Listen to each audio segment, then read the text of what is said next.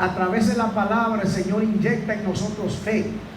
Los discípulos le preguntaron al Señor: aumenta nuestra fe. La fe es aumentada a través de la palabra de Dios. La Biblia dice que la fe viene por el oír, y el oír continuamente la palabra de Dios. No es escucharla una sola vez, es continuamente escuchar la palabra de Dios. Amén. Isaías 40, 28. Yo quiero que ustedes repitan conmigo esto. No has sabido, dile al hermano que está a tu lado: no has sabido, no has oído, que el Dios eterno es Jehová, el cual hizo los confines de la tierra. No desfallece ni se fatiga con cansancio, ni su entendimiento no hay quien lo alcance. Aleluya. Él da esfuerzo al cansado y multiplica las fuerzas al que no tiene ninguna. Alaba a Dios. Hello. Los jóvenes flaquean y se cansan. Perdón, los jóvenes flaquean y se caen, pero los que esperan en Jehová, diga conmigo, recibirán nuevas fuerzas, levantarán alas como las águilas, correrán y no se cansarán, caminarán y no se fatigarán. Amén y amén. Den un aplauso al Señor. Gloria a Dios. Tiene como eco. Amén. Debemos proclamar la palabra, debemos declarar la palabra de Dios, porque la palabra de Dios es espíritu y es vida. Pueden sentarse, hermano, todo el tiempo. En esta mañana hermosa quiero hablar del tema una mirada de gracia. Una mirada de gracia. Vaya conmigo a Mateo capítulo 26, versículo 30 al 35. Una mirada de gracia. Gloria a Jesús. Yo soy de los pastores que no me gusta introducirme en nada. A mí me gusta introducir a Cristo. Ya me introducieron. Amén. Versículo 30. Tiene como eco acá los monitores. Dice la palabra del Señor: y cuando hubieron cantado el himno, salieron al monte de los olivos. Entonces Jesús les dijo: todos vosotros os escandalizaréis de mí esta noche, porque escrito está: heriré al pastor y las ovejas del rebaño serán dispersas. Pero después que haya resucitado, iré delante de vosotros a Galilea. Respondiendo Pedro, le dijo: aunque todos se escandalicen de ti, yo nunca me escandalizaré. Jesús le dijo: de cierto te digo que esta noche, antes que el gallo cante, me negarás 3 veces. Pedro le dijo: aunque me sea necesario morir contigo, no te negaré. Y todos los discípulos en coro dijeron lo mismo. Padre, te damos gracias por esta bendita, poderosa y transformadora palabra. Te pido, mi Dios, encarecidamente que me ayudes, mi Dios, a ser heraldo de tu palabra, a ser atalaya. Unge mis labios, que todo mi ser, mi Dios, alabe tu nombre en este día. Y ante todo glorifique el nombre del Padre, del Hijo y del Espíritu Santo. Amén y amén. Gloria al Señor. Aquí estamos viendo una escena tan interesante de nuestro hermano Pedrito, porque este día vamos a enfocarnos en nuestro hermano Pedro y vamos a ver el perfil de Pedro. Vamos a ver cómo Pedro se introdujo entre los apóstoles de Jesucristo, entre los discípulos. Veamos el perfil.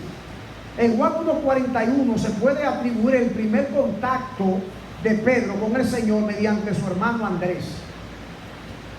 Pedro era pescador, incluso trabajaba en la pesca, lo cual era su modo de alimentación y de finanza para el hogar. Los pescadores eran considerados personas pobres, igualmente que los pastores de ovejas. Jesús lo llama y le cambia el nombre de Simón o a Cefas, que significa arameo. El nombre de Simón era muy apropiado para este impulsivo y rudo hombre, pues significa caña batida por el viento, frágil, inestable, que puede romperse fácilmente. El nombre de Pedro significa en griego roca, solidez, estabilidad. La personalidad de este personaje llamado Pedro era colérica, impulsivo para hablar. Tenía fe, pero no una fe estable, firme. Y nosotros vemos todas las cosas que Pedro hizo en el ministerio que el Señor le llama. Pero quiero solamente que tengan eso en mente, porque luego al final lo vamos a traer y lo vamos a presentar cómo Dios cambió el nombre de Pedro. Ahora en Lucas capítulo 22, versículo 31 al 34, vamos a ver la misma escena, pero desde otro ángulo, desde el punto de vista de Lucas. Lo vamos a ver en Lucas capítulo 22, versículo 31 al 34. Dice la palabra del Señor: dijo también el Señor: Simón, Simón, he aquí Satanás os ha pedido para zarandearlos como a trigo, pero yo he rogado por ti, específicamente Pedro, que tu fe no falte, y tú, una vez vuelto, confirma a tus hermanos. Él le dijo: Señor, dispuesto estoy a ir contigo, no solo a la cárcel, sino también a la muerte. Y él le dijo: Pedro, te digo que el gallo no cantará hoy antes que tú niegues 3 veces que me conoces. ¿Qué vemos acá, hermano? Vemos a un Pedro impulsivo. Vemos a un hombre que Dios viene a tratar con él y le dice lo siguiente: en este día Satanás ha venido a mi oficina pastoral y me ha dicho que me ha pedido permiso para zarandearlo a ustedes, y específicamente a ti, Pedrito.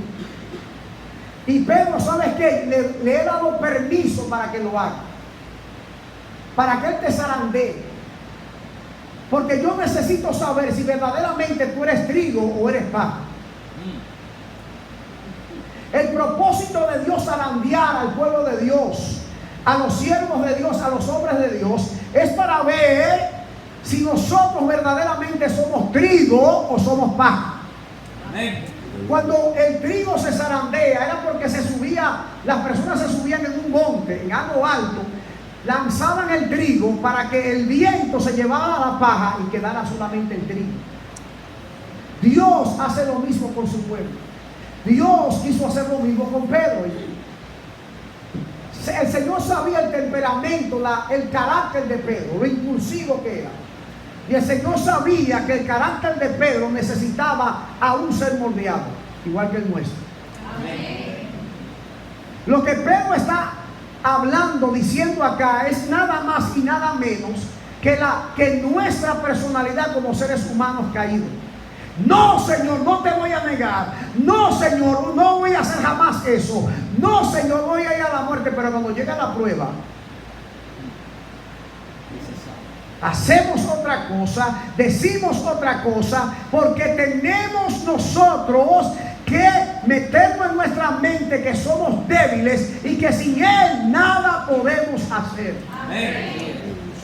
Que debemos depender totalmente de Él. Por eso dice la palabra que el que crea que esté firme, mire que no caiga. Aleluya. Todos nosotros somos propensos a caer, a fallar.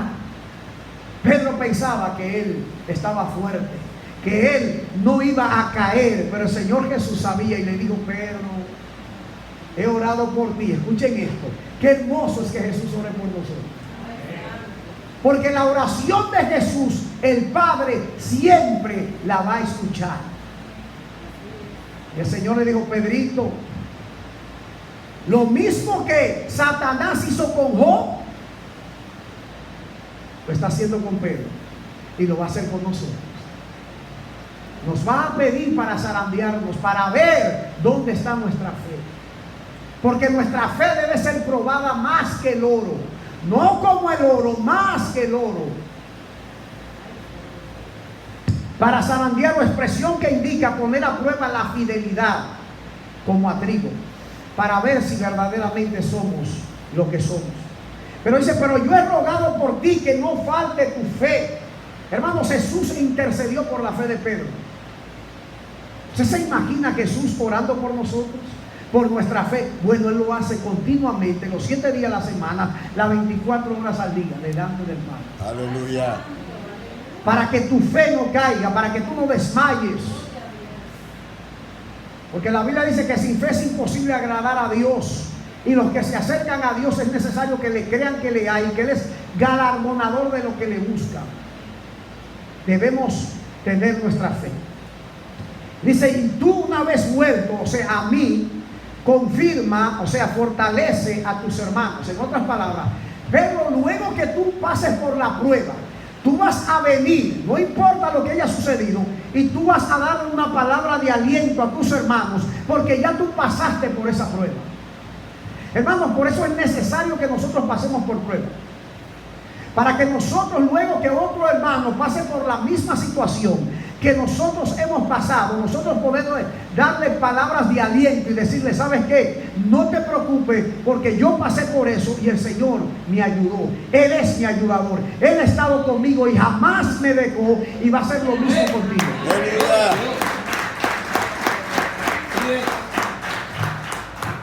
Entonces, la experiencia del pasado, de las pruebas del pasado, serán una plataforma para tú bendecir a tus hermanos con palabras de aliento. La respuesta de Pedro fue arrogancia, hermano, fue arrogante. El peor enemigo de Pedro era él mismo.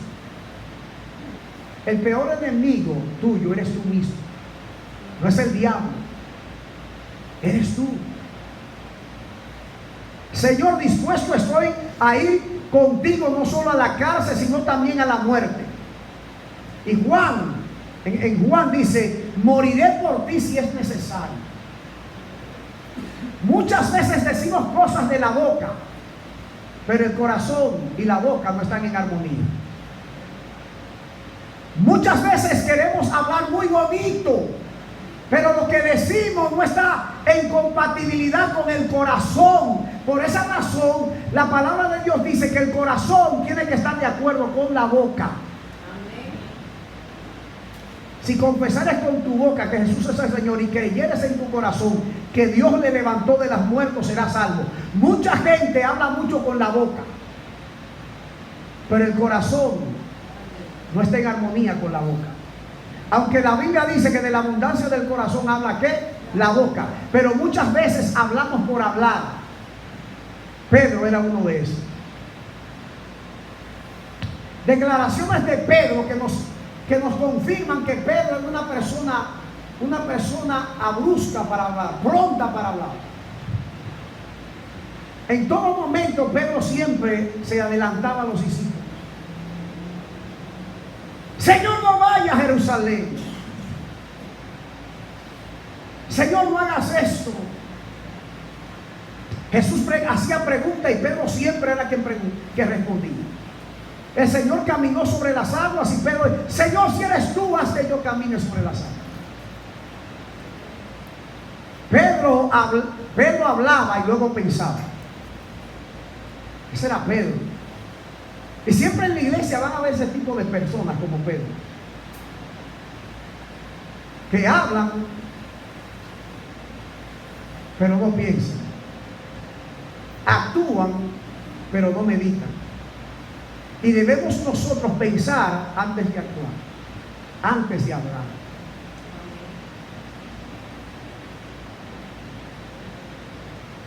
Ahora, vayamos al pasaje en cuestión en Lucas capítulo 22, versículos 54 al 66. Vamos a ver ahora el pasaje en cuestión, porque el Señor le dijo, Pedro, tú me vas a negar 3 veces. Antes de que el gallo cante, me negarás 3 veces. Y vamos a ver ese pasaje en cuestión en el cual nosotros vemos lo que ha sucedido. A Jesús ahora se lo llevan detenido. Y miren lo que acontece con Pedro ahora. Dice, y prendiéndole, le llevaron. Lucas 22, 54 a 62. Y prendiéndole, le llevaron y le condujeron a casa del sumo sacerdote. Y Pedro le seguía de lejos. Y habiendo ellos encendido fuego en medio del patio, se sentaron alrededor, y Pedro se sentó también entre ellos. Pero una criada, al verlo sentado al fuego, se fijó en él y dijo: también estaba con él. Pero él lo negó, diciendo: mujer, no lo conozco. Poco después, viéndole otro, dijo: tú también eres de ellos. Y Pedro dijo: hombre, no lo soy. Como una hora después, otro afirmaba diciendo: verdaderamente también estaba con él, porque es Galileo. Y Pedro dijo: hombre, no sé lo que dices. Y enseguida, mientras él todavía hablaba, el gallo cantó. Entonces, vuelto el Señor, miró a Pedro, y Pedro se acordó de la palabra del Señor que le había dicho: antes que el gallo cante, me negarás 3 veces. Y Pedro, saliendo fuera, lloró amargamente. Veamos este relato, hermano. Dice primeramente, Pedro le seguía de lejos. El seguir de lejos a Jesús produce enfriamiento, transición, transformación, metamorfosis, cambio, crisis, periodo de su fe. La multitud que seguía a Jesús de lejos, habían cuatro tipos de personas que seguían a Jesús: los que seguían a Jesús de cerca, los que seguían a Jesús de lejos, los que seguían a Jesús, los discípulos de Jesús que eran comprometidos con Jesús, y los que estaban no comprometidos. ¿Cómo nosotros sabemos esto? Bueno, porque en el ministerio de Jesús tuvo 3 etapas: el ministerio de la aceptación, el ministerio de la duda y el ministerio del rechazo. El ministerio de la aceptación de Jesús fue cuando Jesús convirtió los panes y los peces. Todos querían hacerlo rey. Este es el rey. Jesús se escondió. Qué interesante que Jesús se escondió. Hoy día, lamentablemente, los hombres quieren ser aplaudidos y quieren que los pongan en plataforma cuando lo declaran, cuando dicen de ellos ciertas cosas. Pero Jesús se escondió y no quiso ser rey, porque el reino de Jesús venía de arriba, no de abajo. Ahora, la segunda etapa de Jesús, la etapa de la duda, fue cuando Jesús dijo: amáis a vuestros enemigos. Amar a los romanos, que son vuestros. No. La etapa de la duda, empezaron a dudar.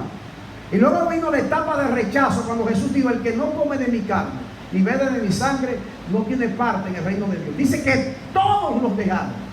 Y Jesús se torna a sus discípulos y les dice: y ustedes también se quieren ir conmigo. Y Pedro se levanta y dice: no, ¿dónde iremos si solamente tú tienes palabras de vida eterna? Aleluya. ¿A dónde vamos a ir? ¿Se dan cuenta?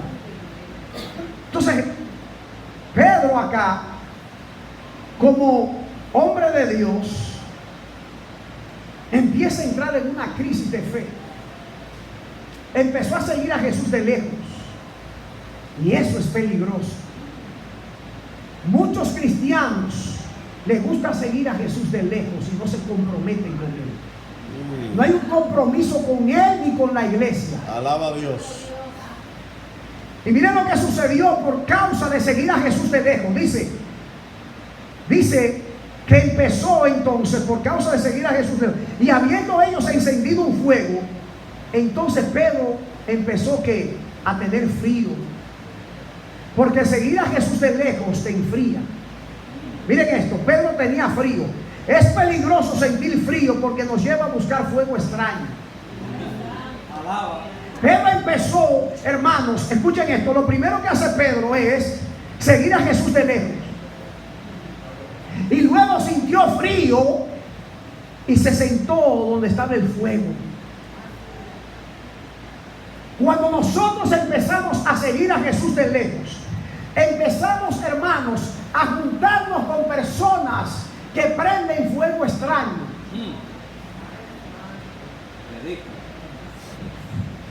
Miren lo que dice: Pedro se sentó también entre ellos. Aquellos que lo habían crucificado, que querían crucificarlo a él, él se sentó entre ellos. O somos de Cristo o somos de ellos. Pero no hay cristianos anfibios que están en el agua y luego quieren estar en la tierra. Usted está en el mar o está en la tierra, una de las dos. Decida hoy. Escuchen esto, Pedro se sentó también entre ellos. Sentado implica posición de descanso. o de espera. El seguir a Jesús de lejos lleva a sentarnos con aquellos que arrestaron y blasfemaron a Jesús. Conlleva a perder tu identidad. No nos identificamos con el mundo ahora, dice la palabra, que no podemos identificarnos con el mundo. Pedro, hermanos, como muchos creyentes, se alejan de la iglesia poco a poco. El alejarse de la iglesia no sucede de un día para otro. Poco a poco vamos cediendo a las artimañas del enemigo. Y cuando tú vienes a ver, ya está fuera. Y empiezas a aceptar cosas que antes jamás tú aceptabas. Y empiezas a escuchar cosas que tú jamás escuchabas. Y empiezas a ver cosas que tú jamás habías visto antes. Y empiezas a ceder. Cuidado con eso. Dice que Pedro estaba sentado en el patio. Es interesante. Porque en el patio, cuando nosotros vemos el tabernáculo, el patio era el atrio, donde todo el mundo entraba a traer los sacrificios. Pero había otro lugar, el lugar santo y el lugar santísimo. Pero Pedro se quedó en el patio con esas personas ahí, en el fuego. Miren qué interesante esto. Dice, estando Pedro abajo en el patio, aquí hay dos cosas interesantes, porque en una Pedro se sentó y luego bajó. Una habla de posición y la otra habla de condición. Pedro se sentó, posición. Bajó implica condición. ¿Cómo estaba su condición espiritual?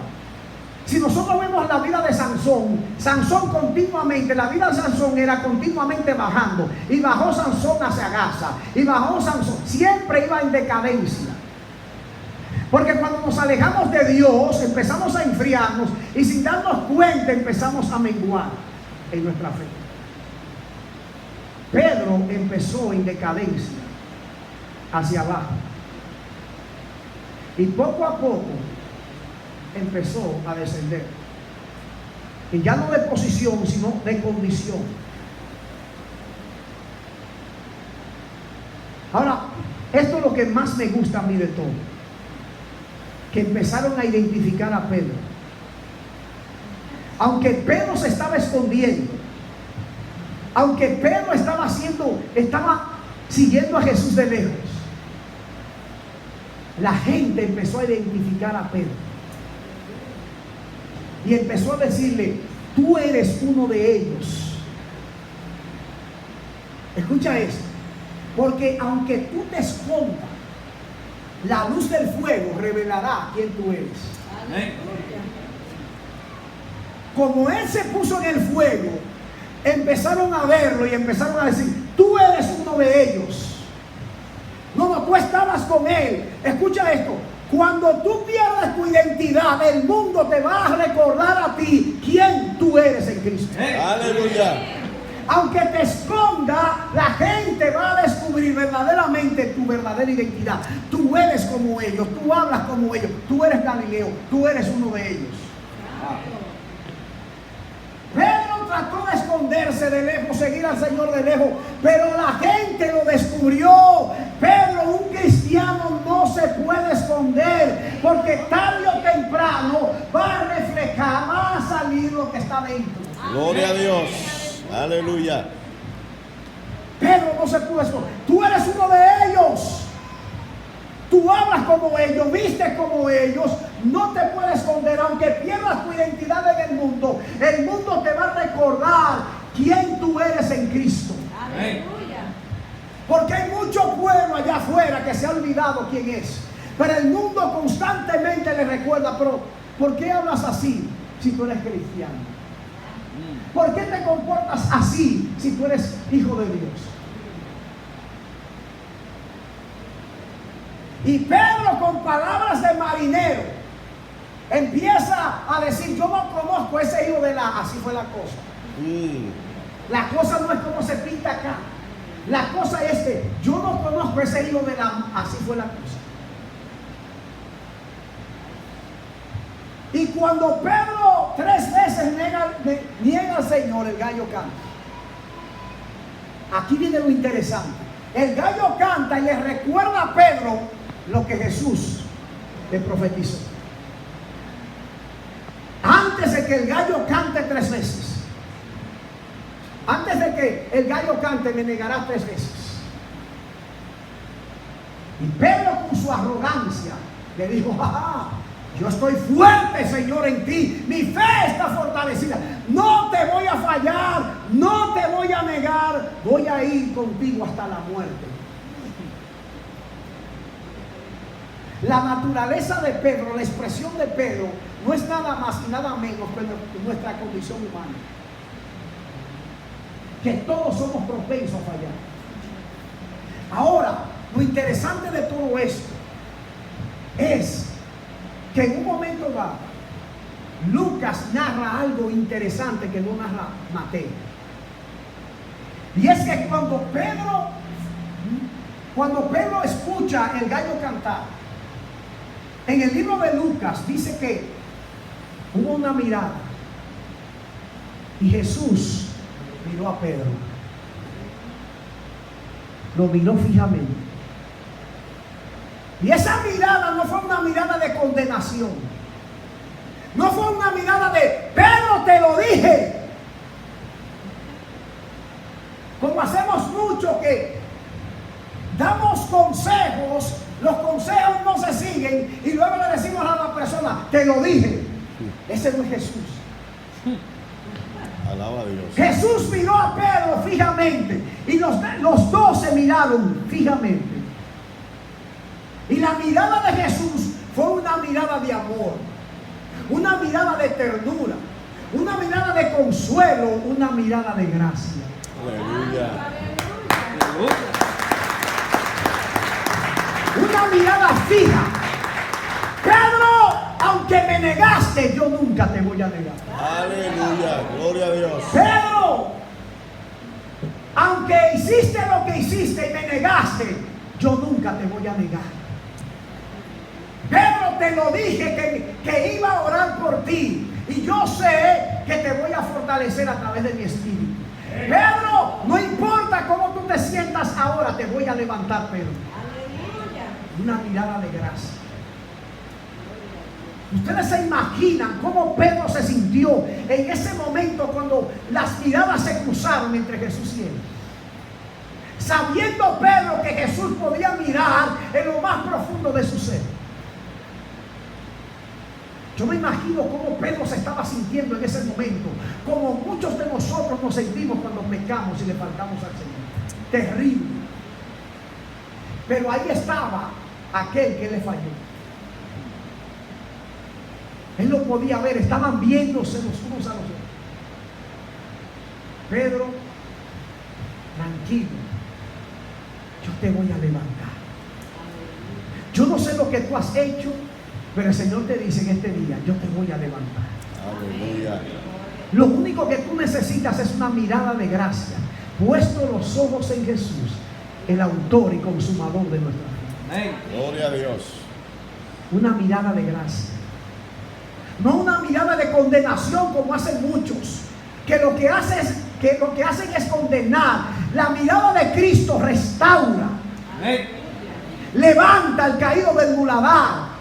Una mirada del Señor, hermano, una sola mirada de Cristo te levanta, te fortalece. Una sola mirada de Cristo, dice la palabra de Dios, que pone los pies sobre la peña, sobre roca sólida. Unge tu cabeza con aceite y pone cántico nuevo en tu boca. Eso es lo que el Señor hace. Amén. Gloria a Dios. Una mirada de gracia. Pedro, no te preocupes, que te voy a levantar. Y es tan interesante esto, hermanos, que cuando Jesús resucita, le dice a las mujeres: vayan y díganle a mis discípulos y a Pedro que yo he resucitado. Aleluya. ¡Aleluya! Porque el Señor sabía que Pedro necesitaba restauración. La iglesia debe ser una iglesia de restauración. Iglesia, Gloria a Dios. Alaba a Dios. no una iglesia que empuje, no una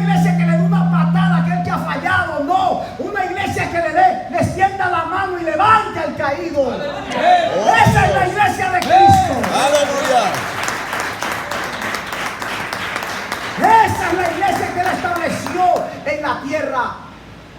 Por eso dice la Biblia, si alguno es espiritual, que con espíritu de mansedumbre nosotros levantemos a aquel que ha caído, hermanos. Si nosotros somos espirituales, hombres de Dios, debemos levantar al que cae. Hay muchos que lo que hacen es escupirlo. Hay otros que lo que hacen es criticarnos en vez de orar. El Señor no te ha llamado a iglesia a criticar, sino a orar, a interceder por aquellos que han fallado. Es tal así que el Señor, cuando resucitó de entre los muertos, empieza a tener un diálogo con Pedro. Luego que el Señor está a la orilla del mar, ellos ven a un hombre ahí que está cocinando ahí un pescadito, asando un pescado. Ellos se dan cuenta que es el Señor y Pedro es el primero que se lanza. Y cuando Jesús empieza a hablar con Pedro, porque el Señor sabía que Pedro necesitaba ser restaurado. Pedro, ¿me amas? Apacienta mis ovejas. Pedro, ¿me amas? Apacienta mis ovejas. Pedro, ¿me amas? Apacienta mi cordero. Pero si nosotros vemos esto en el original griego, es más interesante. El Señor le dice a Pedro, Petros, agapaume. Y Pedro le responde, curios, fileome. Y vuelve Jesús y le dice, Petros, agapaume. Pedro vuelve y le dice al Señor, curios, fileome. Luego vuelve el Señor y le dice, Petros, fileome. Y Pedro le vuelve a decir, Señor, fileome. ¿Qué significa esto? Bueno, en el griego hay 4 palabras para amor. En español solamente hay una palabra, amor. Y todo es amor, amor en la Biblia, pero no es así en el griego. En el griego hay 4 palabras para amor: eros, estargo, filiar y ágape. Eros, estargo, filiar y ágape. Cuando el Señor le está diciendo a Pedro, Pedro, agapaume, le está diciendo, Pedro, tú me amas con un amor incondicional, con un amor donde nadie te está empujando a que me ames, donde tú me amas voluntariamente sin que nadie te lo diga. Pedro no entiende eso, porque Pedro solamente entiende un amor filial. Y el amor filial es un amor de familia. Le está diciendo, Señor, porque en el tiempo de Jesús, para tú ser parte de la familia, era una familia por extensión. No es como hoy día una familia nuclear. Para tú ser parte de mi familia, tú tienes que tener mi sangre, el mismo apellido para ser parte de mi familia nuclear. Ahora, en el tiempo de Jesús era familia por extensión. Si yo quería ser parte de una familia, yo iba donde el patriarca de esa familia y decía, yo quiero ser parte de esa familia. El patriarca me decía, bueno, si tú abrazas la idiosincrasia de esta familia, entonces tú vienes a ser parte de la familia por extensión. Yo abrazaba esa familia, entonces era parte de esa familia por extensión. Pedro le está diciendo, Jesús, yo te quiero, porque la palabra es quiero en el original también. Yo te amo tanto que te considero parte de la familia por extensión. ¡Wow, Pedro! Un aplauso por eso. Pedro le está diciendo, Señor, yo te he amado tanto y te amo tanto que te considero parte de mi familia por extensión. ¡Wow! Pero Jesús le está diciendo, Pedrito, yo he venido a traerte un nuevo paradigma, una nueva ecuación de lo que es amar. Porque el amor eros, el amor estargo y el amor filial descansan en las emociones, pero el amor ágape descansa en la voluntad. Pedrito, Pedrito, ¿me amas porque te empujan o porque te traen a la iglesia? ¿O me amas porque tú voluntariamente has decidido amarme?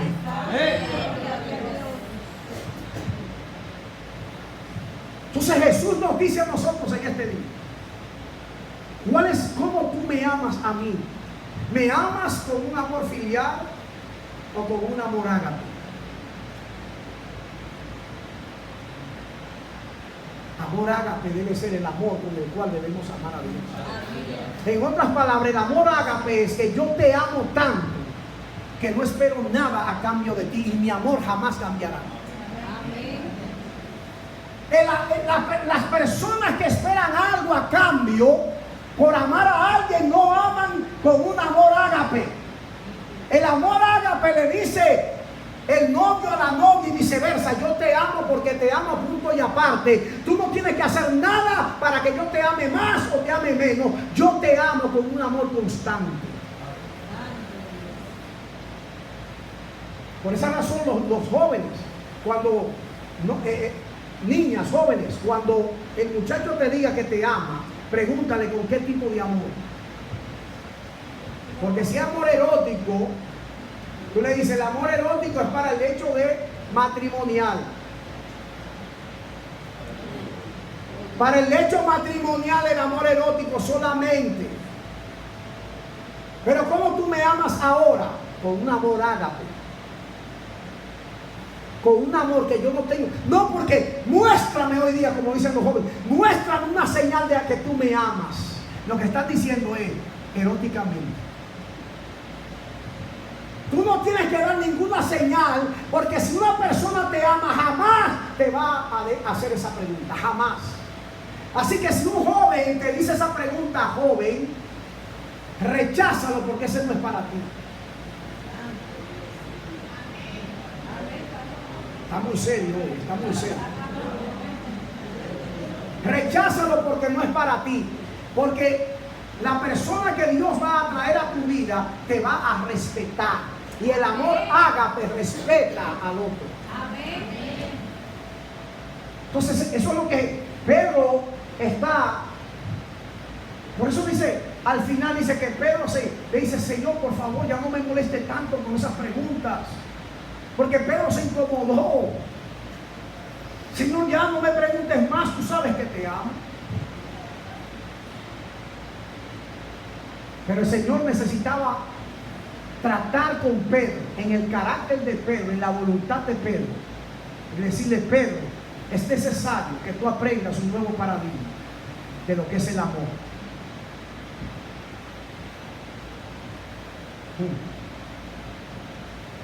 Pero ¿cómo es posible que estando 3 años y medio juntos tú me negaras? Pero aún así, Pedro, yo te amo. ¿Cómo es posible que compartimos juntos 3 años y medio, comimos juntos, dormimos juntos, y tú me negaste, Pedro? Pero aún así yo te amo, Pedro.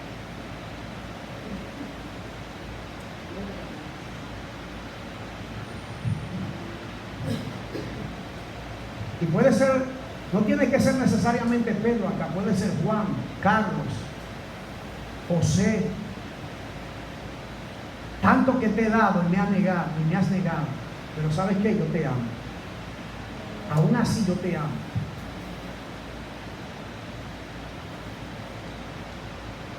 Dice la palabra que Pedro, saliendo, fue llorando amargamente. ¿Usted sabe lo que pasó con Pedro ahí? Volvió a recuperar su identidad. Porque muchas veces cuando nos olvidamos de nuestra identidad en Cristo, el Señor nos pasará por proceso para que volvamos otra vez a reconocer quiénes somos nosotros en Cristo. Eso pasó con Pedro. Ahora, cuando el Señor empieza la restauración de Pedro, con lo que le dije, que el Señor cuando resucitó dijo: vayan donde los discípulos y díganle a Pedro que yo he resucitado. Pedro aprendió la lección, hermanos. Incluso aún Pedro, estando en el proceso de ser restaurado, tuvo un contronazo con Pablo, como decimos nosotros. En un momento dado estaban en un restaurante, y Pedro estaba con Pablo y los gentiles comiendo, estaba todo bien. Pero de repente llegaron unos judíos de Jerusalén, enviados por Santiago. Se sentaron en una mesa de restaurante y Pedro se levanta y se va y se sienta con ellos. Pablo se levanta y le dice a Pedro: lo que estás haciendo es de condenación. Y Pablo reprende a Pedro, porque todavía Pedro necesitaba ser restaurado. Pero Pedro, al final de sus días, entendió y el carácter de Pedro entonces se moldeó al carácter de Cristo. Vaya conmigo a Primera de Pedro capítulo 5. Primera de Pedro capítulo 5, versículos 6 y 11, y ahí terminamos. Amén.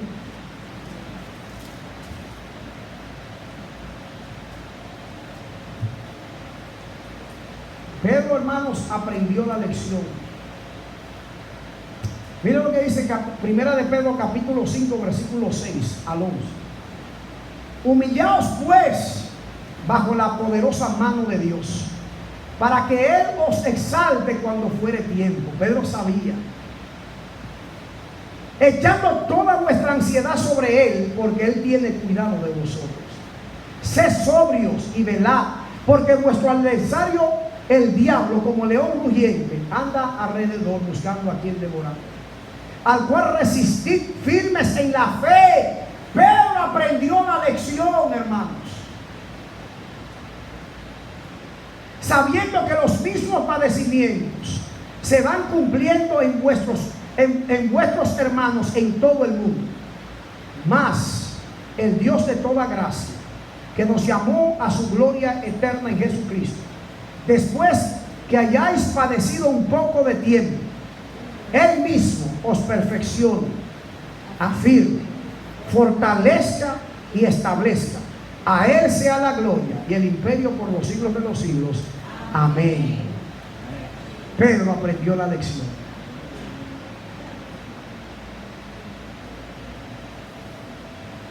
Judas se ahorcó. Pedro no se ahorcó. Pedro se arrepintió. Genuinamente se arrepintió. Y Jesús lo restauró a tal grado que cuando vino el día del Pentecostés, Pedro fue el que dio el sermón y 3,000 personas se añadieron a la iglesia de Cristo. O sea que Dios es un Dios de restauración. En otras iglesias le hubiesen dicho hoy día, en la iglesia de hoy, le hubiesen dicho: Pedro, te tenemos que sentar por 1 año y medio para que tú pases por un proceso de restauración. Queremos ver si verdaderamente tu fe es firme.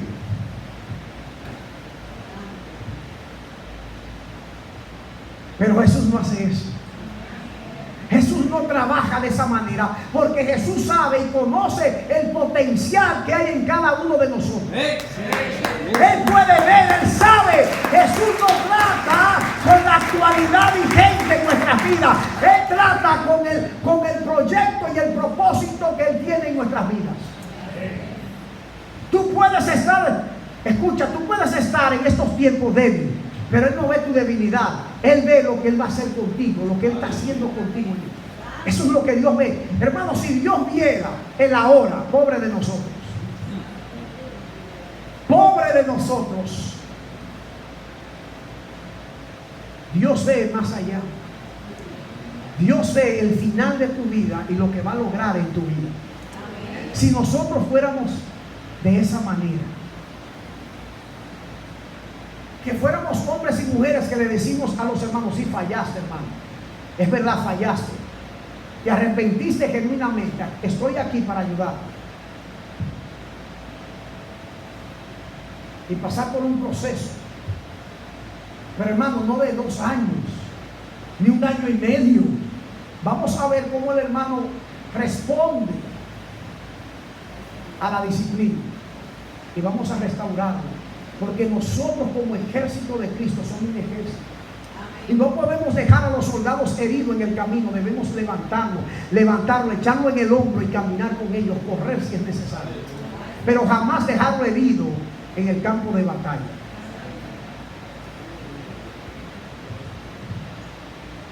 La iglesia de Cristo es una iglesia de restauración. Debemos tener eso en mente en nuestros corazones. Muchas veces alguien peca, alguien hace algo. ¿Usted sabe lo que hacemos nosotros? Como que esa persona tiene un repelente, lo queremos lejito, de lejito. así no es que se actúa en el reino. ¿Me escucharon? Yo siempre digo en la iglesia que pastoreo, la persona que ha fallado es la persona que más necesita de nuestra atención. Vamos a sentarla adelante, no atrás. Vamos a sentarla adelante para que vean que en nuestros corazones está el deseo y el anhelo de que sean restaurados. Si se sientan atrás, ahí está la puerta cerca. Vamos a sentarlo adelante para que ellos vean que en nuestros corazones está el anhelo y el ahínco de que ellos sean restaurados. Amén. Póngase de pie.